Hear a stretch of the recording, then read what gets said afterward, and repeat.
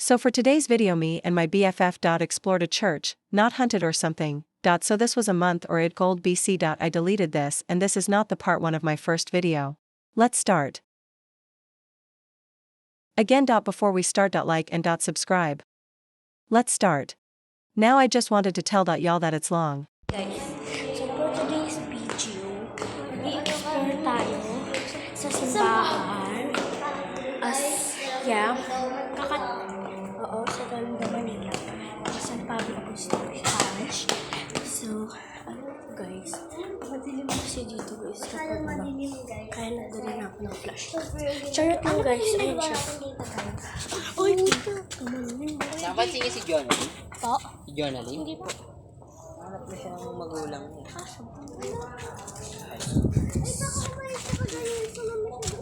Opo. Kanina? Ayun guys, may nagtanong lang kasi sa akin. Yes. Marami pa naman tao pero baka mamaya wala na. Kasi kaganina talaga na guys. So,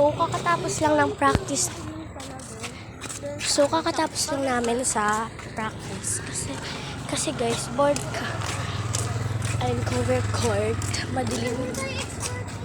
Oo nga, dyan mo naman ta.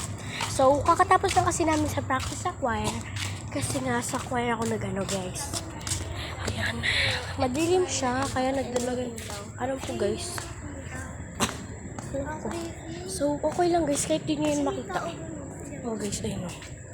Covered court to, which is kind of creepy to be honest. Kasi, guys, ang hirap ko dito. Creepy, oh my gosh. Nagdaan sa may stairs. So, ayan. As you could see, hindi ko siya hindi nyo makita man. Rabbit. Ayun yung rabbit. Ayun guys, rabbit to. Tsaka cat. Ayun o. So, kita niyo ba guys? Hindi nyo kita guys, pero okay lang yan. Go lang. So, Tignan tara mo na. dun sa kantin. Di ang creepy. Sa kantin. Ayun guys, kung kita nyo Diyan man. sa kami kumakain. Super creepy. Diyan po kami kumakain at ang creepy as you could see guys. Ang creepy na tipo. Yes, mag-i-explore ako.